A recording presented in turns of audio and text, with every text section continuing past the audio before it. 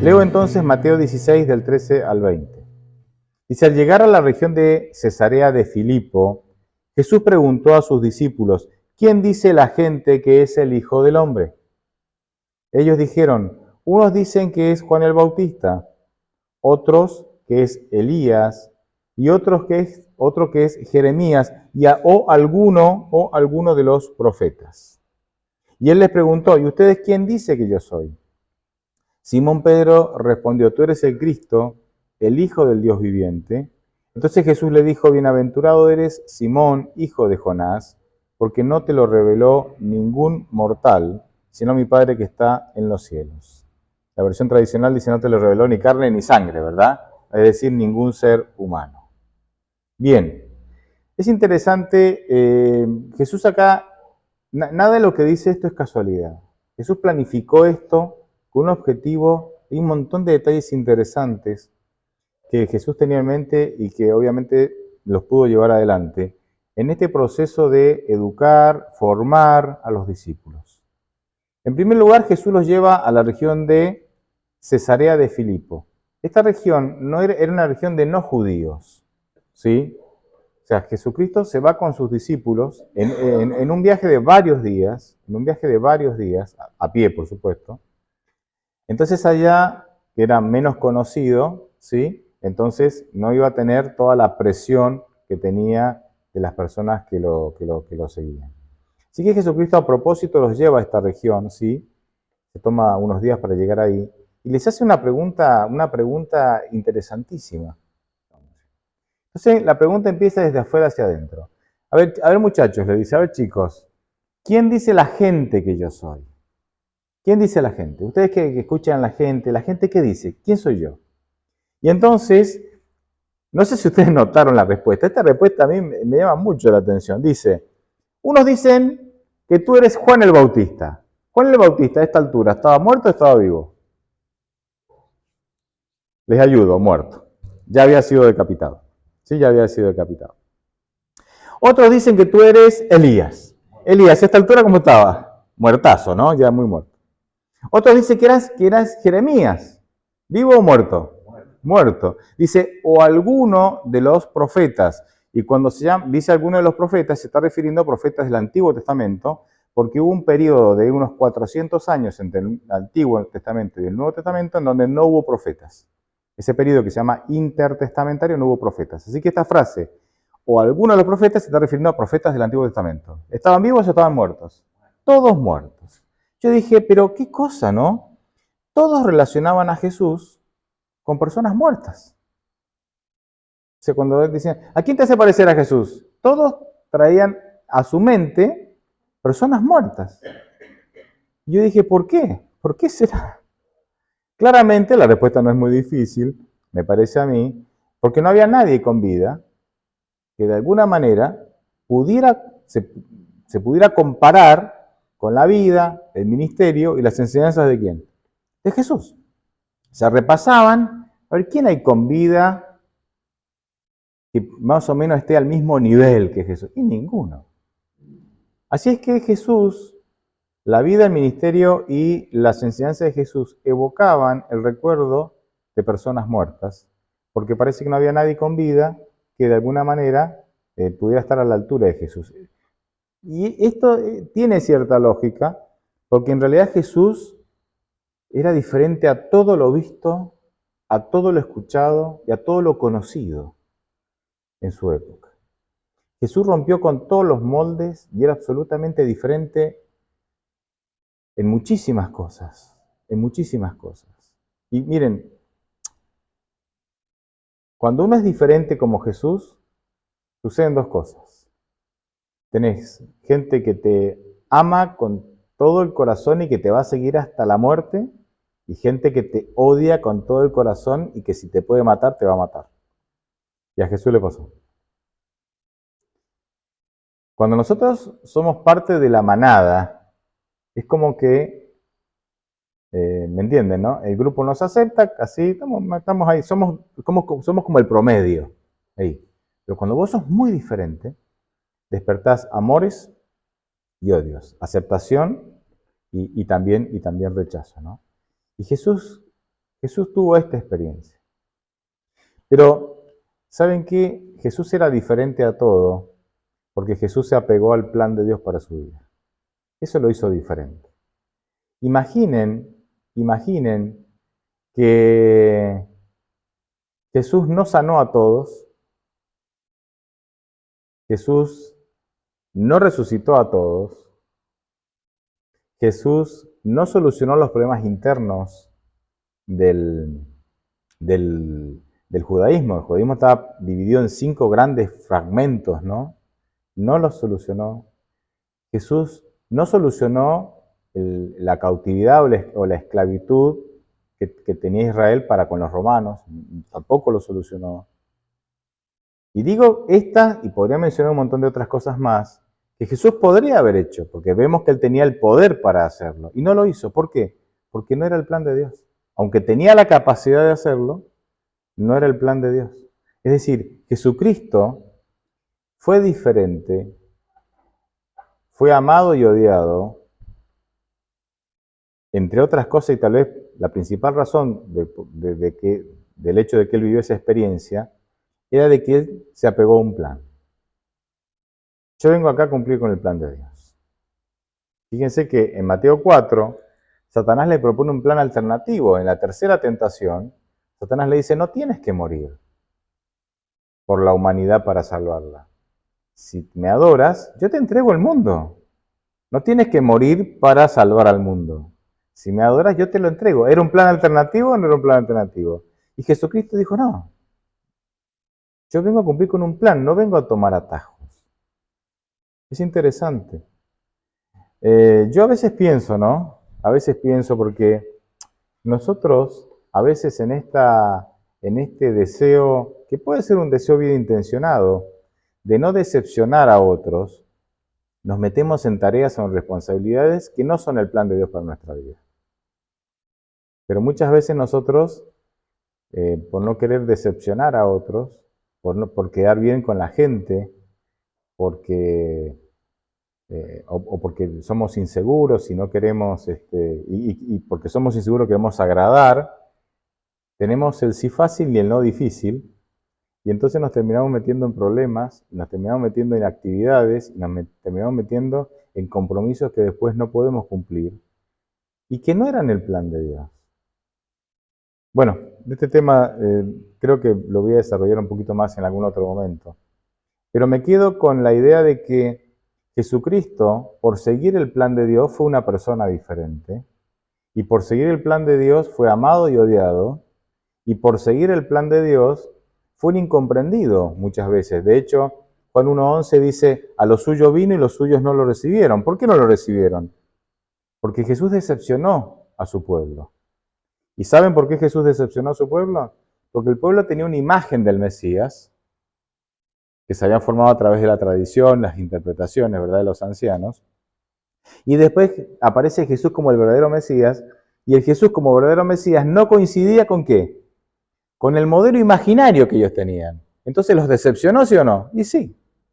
Tenían esta imagen, vino un Mesías que no coincidía, los decepcionó. Por eso dice, vino a los suyos, y los suyos no lo recibieron. Yo no digo que nosotros estamos desde ahora en más, bueno, listo, me voy a dedicar a decepcionar gente. Si Jesús decepcionó, yo también. Yo no creo que sea la enseñanza. Yo creo que la enseñanza es que nosotros tenemos que seguir el plan de Dios. Aunque en ocasiones el plan decepcione a algunos. Porque fue el ejemplo de Jesús. Jesucristo dice, yo tengo un plan. O sea, Dios me ha dado un plan para seguir. Y al que no le guste, lo lamento, dice Jesucristo. Yo me apego al plan. Ahora, vuelvo a la idea de que no había nadie con vida que pudiera servir de comparación con Jesús. Por eso cuando Jesús le pregunta, ¿quién dice la gente que soy? Lo comparaban con personas muertas, con buenas personas pero muertas. Ustedes saben que esa no era el plan de Dios, y Dios se va a encargar de revertir eso, porque en Hechos 4, versículo 13, es muy interesante. Las personas, especialmente los líderes religiosos que tenían que lidiar con esta iglesia que crecía y crecía. Dice ahí en Hechos 4, versículo 13, al ver el valor de Pedro y de Juan, y cómo sabían que ellos eran gente del pueblo sin mucha preparación, se maravillaron al reconocer que habían estado con Jesús. ¿Quiénes eran las personas más parecidas a Jesús?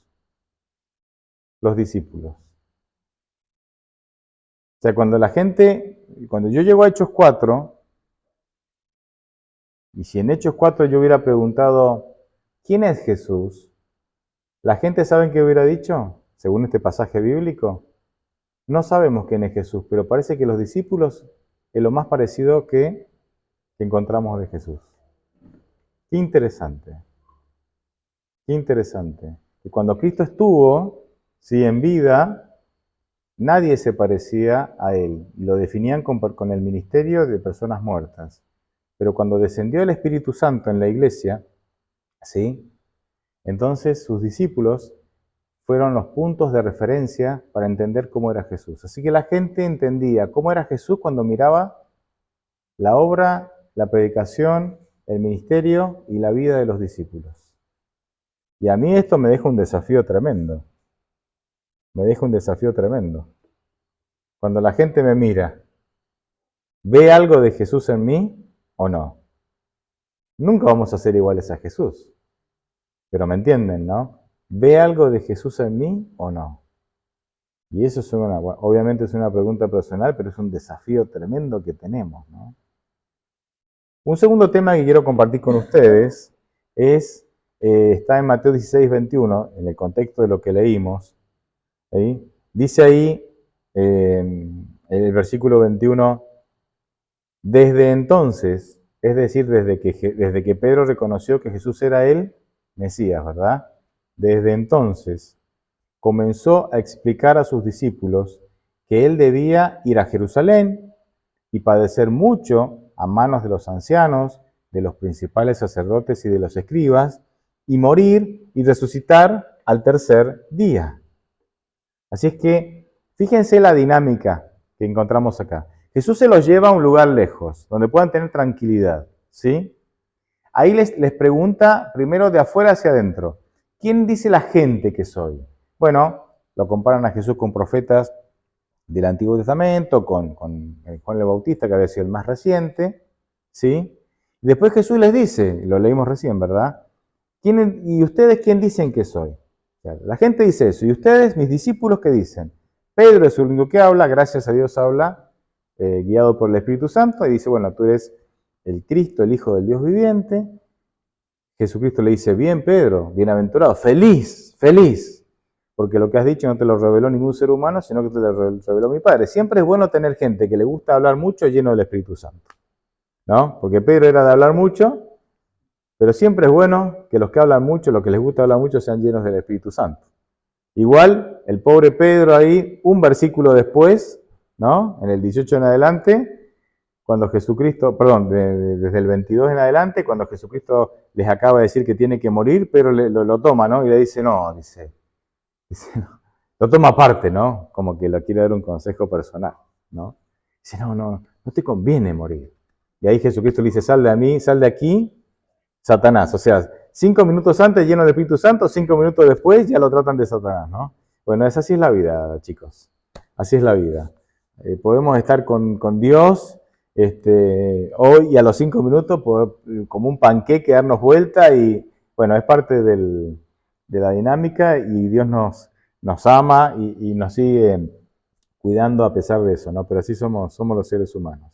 Pero fíjense lo que quiero destacar del versículo 21. Primero, Jesús se encarga de dar las buenas noticias. ¿Quién soy? Eres el Mesías. Amén. Soy el Mesías. El Espíritu Santo te lo reveló. Soy el Mesías. Entonces el 21 dice, ahora que sabían que Él era el Mesías, ahora que sabían que era Dios en persona, les empezó a decir, chicos, voy a morir. Chicos, voy a morir. En definitiva, Dios primero te da las buenas noticias. Soy el Mesías. y después te da las noticias menos agradables. Voy a padecer, voy a sufrir y voy a morir. Me encanta esta metodología de Dios, porque a veces nosotros hacemos diferente, no sé si lo notaron. No todos, pero hay un sector del cristianismo, que hace diferente. Primero te asusta con profecías, te asusta con la mala vida que estás llevando, te asusta con el infierno, te asusta con la perdición, y después que te asusta, te dice, pero yo tengo la solución.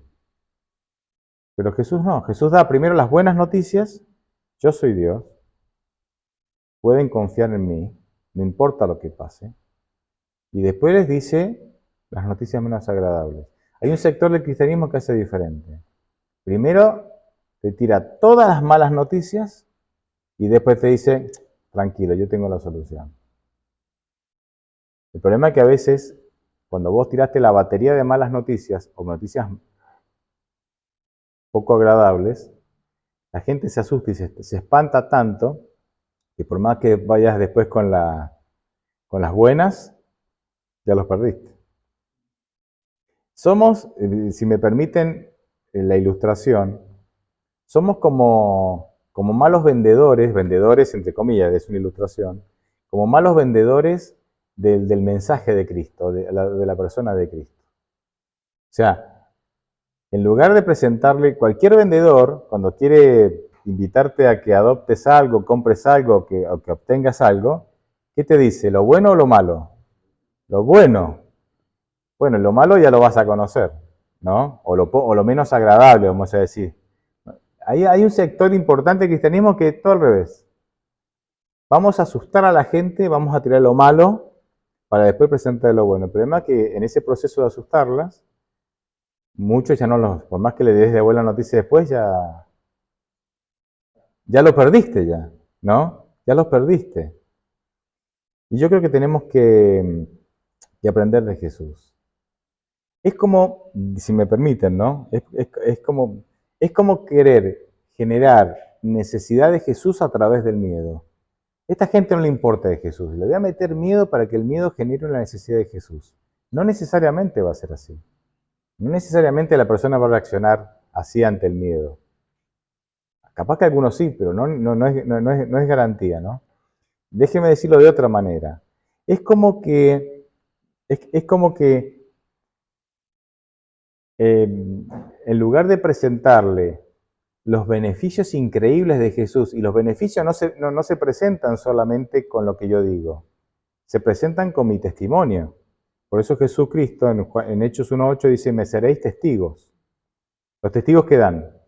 Testimonio, ¿verdad? ¿Testimonio de qué? De lo increíble que es tener una vida en donde Jesús camina a nuestro lado y en donde le hemos entregado el gobierno de nuestra vida a Él. Entonces, es como que nosotros, en lugar de presentar los beneficios, ¿sí? Para que la persona acepte por los beneficios, le presentamos lo que va a perder, ¿sí? Para que por miedo a lo que va a perder, termine aceptando el don de Jesucristo. En realidad conocí a más de uno, pero hay un caso que me llamó la atención de una muchacha que, bueno, y ahora ya es adulta, que era cristiana, ¿sí? Y cuando era joven, a pesar de que había sido criada en una iglesia cristiana, pasó por esa etapa de la adolescencia en donde se alejó de la iglesia y iba a la fiesta, a los boliches, ¿no? Iba, ¿no? Y entonces por ahí caía a las 3, 4, 5 de la mañana y se acostaba.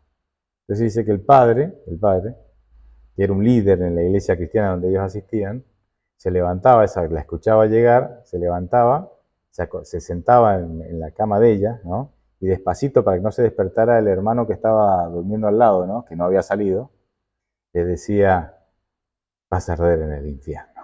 Y le hacía una descripción vívida de las llamas del infierno, ¿no? Y ella era ya adulta, me contaba, eso es lo que hacía mi papá, decía. Mi papá me contaba, yo me llegaba, dice, del boliche, me acostaba, mi papá se sentaba y empezaba a susurrarme al oído todas esas cosas, ¿no? ¿Y te funcionó? No, dice, o sea, ¿me entienden, no? Y yo cuando hablaba con ella, estaba integrada en la iglesia, era líder, o sea, volvió, digamos, ¿no? Pero ese método, hermanos, que no sé si no los hemos hecho a veces nosotros con nuestros hijos también, ¿no? A veces somos buenos señalando a los otros y no sé si no lo hicimos también con nuestros hijos, ¿no?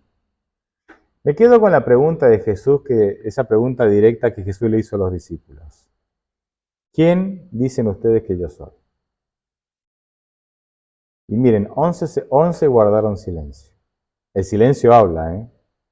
El silencio a veces grita más que las palabras. 11 guardaron silencio. ¿Por qué guardaron silencio? Tal vez porque no sabían, tal vez porque no estaban seguros. Bueno, y si ellos que se codeaban con Jesús todo el tiempo no estaban seguros y no sabían, es para pensar, ¿no? Gracias a Dios había alguien dispuesto a ser usado por Dios y Pedro, lleno del Espíritu Santo, confiesa, ¿no? Pero confiesa que Jesús es el Hijo de Dios. Pero la pregunta queda para nosotros ahora. ¿Quién es Jesús para vos? ¿Quién es Jesús para vos? Me acuerdo, había una hermana de iglesia que las hijas se habían criado en la iglesia y ya ahora más grandes se habían dejado, ¿no? Ya no asistían, ¿no? Claro, están en pareja, tenían sus hijos, ¿no? Y un día me pide si yo la puedo, se le había roto el auto, y si yo la puedo llevar a una clínica, ¿sí? Así que la llevo, ¿no? Y entonces esta hermana me dijo, no, bueno, que sí.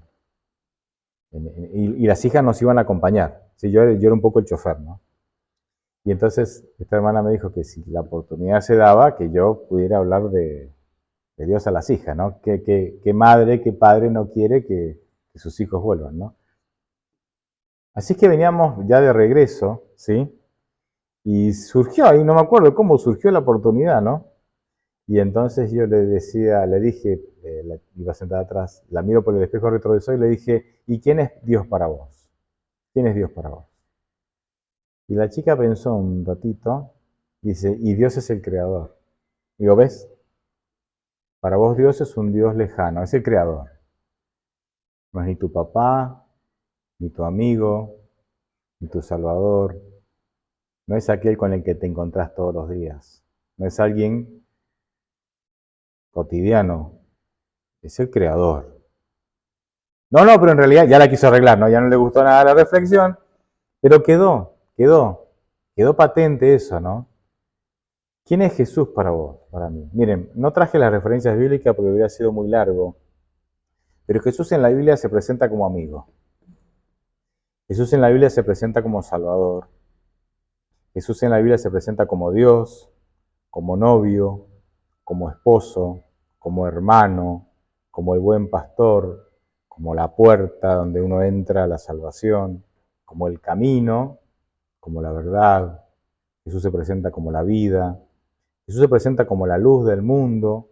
Jesús se presenta como la fuente de agua viva, como el principio y el fin, ¿verdad? El alfa y el omega.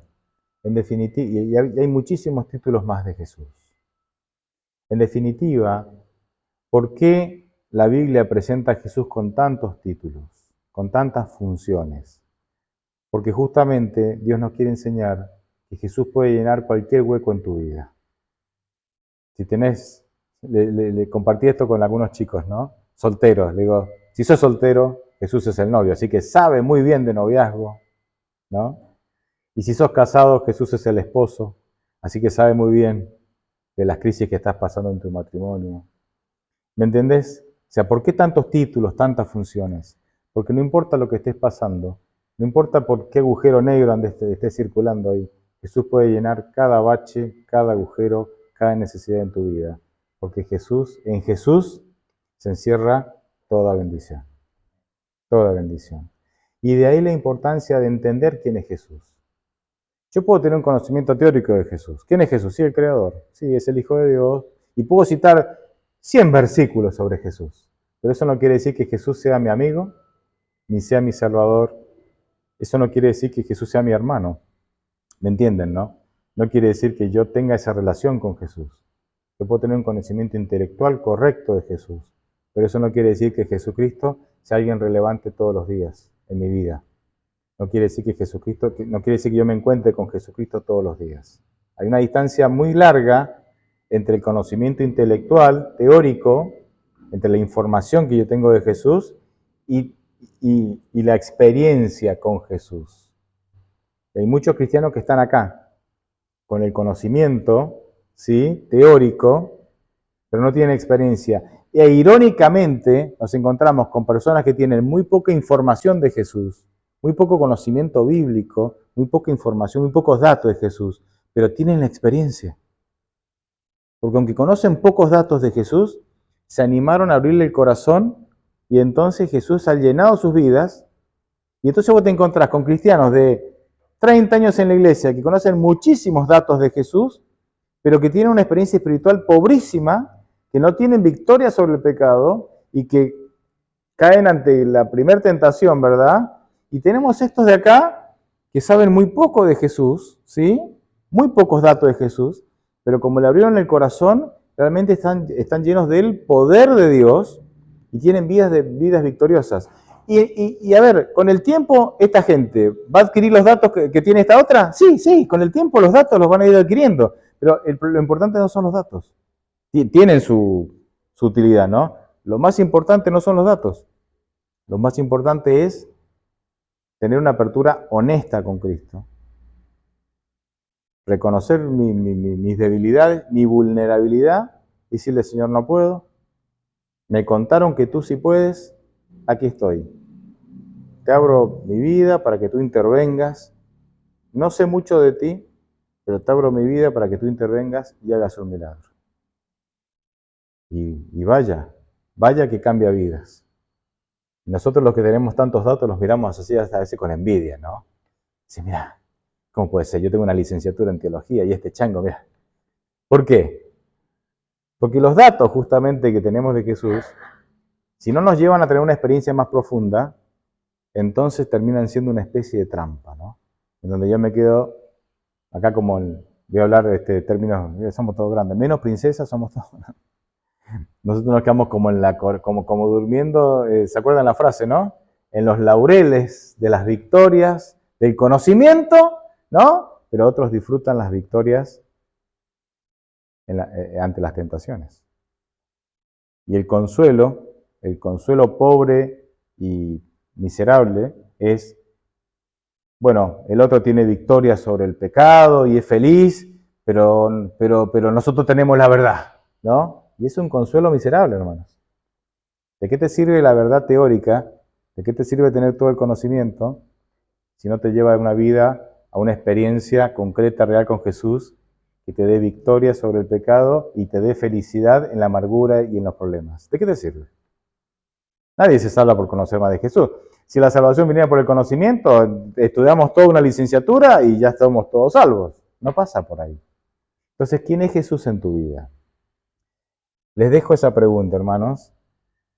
Y si el Espíritu Santo nos llega a iluminar y decir, Jesús no ocupa el lugar que debería ocupar, es una decisión.